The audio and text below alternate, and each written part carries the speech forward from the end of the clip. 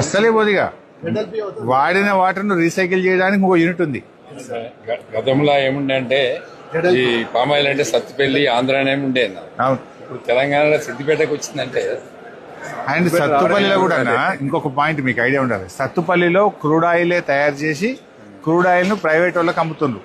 ఇక్కడ crude oil నుంచి refinery నుంచి ప్యాకింగ్ కూడా పెట్టించిన అడ్వాన్స్. ఇప్పుడు ప్యాక్ డైరెక్ట్ దుకాణంలో పోవడు లేదా ఇంట్లో కొనుక్కోవడమే.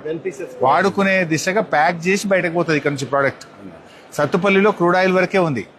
సత్తుపల్లిలో పవర్ జనరేషన్ కూడా లేకుండే. మనం పవర్ జనరేషన్ పెట్టుకున్నాం, రిఫైనరీ పెట్టుకున్నాం, ప్యాకింగ్ కూడా పెట్టుకున్నాం. అండ్ బెస్ట్ ఎక్విప్మెంట్ మెషినరీ కూడా పెట్టినాం. Total Malaysia. మనం ఆయిల్ కూడా బయట నుంచి ఇంపోర్ట్ చేసుకుంటాం కదా. 1,00,000 కోట్లు. ఆ 1,00,000 కోట్లు మనకు రావాలి. విదేశీ మారక ద్రవ్యం మిగిలితే రూపాయి విలువ పెరుగుతుంది. రూపాయి విలువ డాలర్ ఎందుకు తగ్గుతుంది అంటే మనము వివిధ దేశాల నుంచి కొంటున్నాం తప్ప వివిధ దేశాలకు ఎగుమతి చేసే తగ్గడం వల్ల రూపాయి విలువ పడిపోతుంటది. మీరు ఇంట్రెస్ట్ పెడితే మనది మలేషియా అవుతుంది.